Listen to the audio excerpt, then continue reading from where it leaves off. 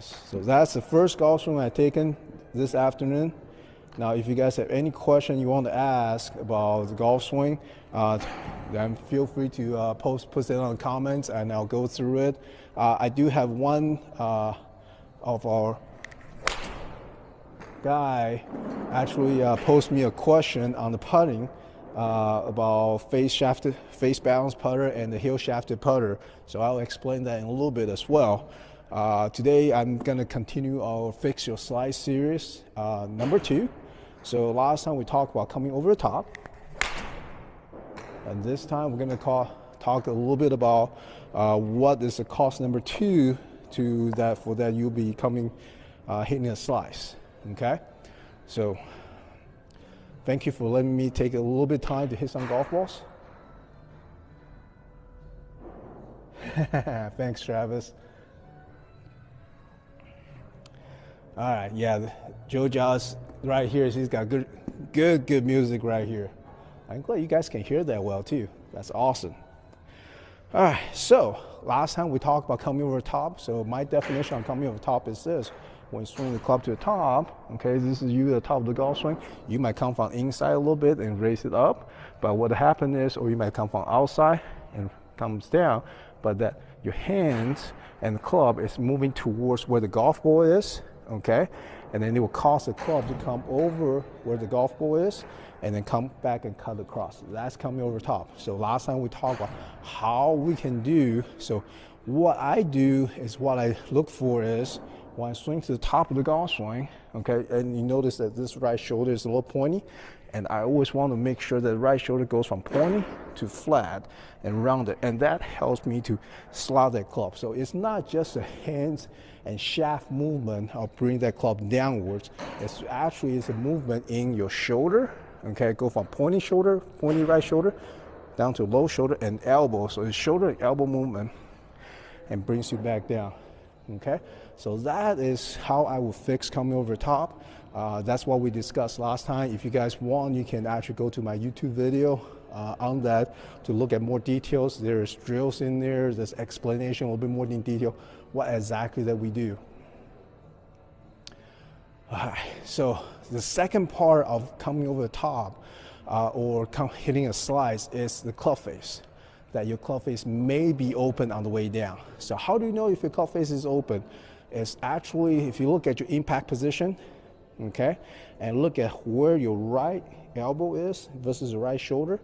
If coming down to impact, okay, your right elbow is in this position, okay, that is kind of looks like you're elbowing somebody back that way, okay. That is what we call a right shoulder internal rotated, okay. And usually what that means is you have to fire your right shoulder and right arm or right early in the golf swing. And what happened is, so if on the way down that your golf ball in the golf swing, that the face is open, and when this face is open, you have to do this. Okay, you have to do it with the right shoulder to try to square the club face. And there's a lot of face rotation going through between here to there. And a lot of times, if you don't time it right, you will hit a big slice. And if you time it better, you're probably gonna hit a snap hook. So when you look at it from face on angle, if you see yourself in this faction at impact, there's a very good chance that your face is open. All right, so now we know what we're looking for from the face on view now. And we know that a lot of time this face is open. So first thing is going back to, if you guys ever listened to me first time I was here about 3 weeks ago, we talked about good grip. Okay, as long as you have a decent grip that have a meat pad of your palm, of your wrist bone, let's see, that will be the ulnar wrist bone, sit on top of the 12 o'clock of the club, you have a very good grip. And with this good grip, as long as you look at where the relationship of the back of your palm and the forearm, okay?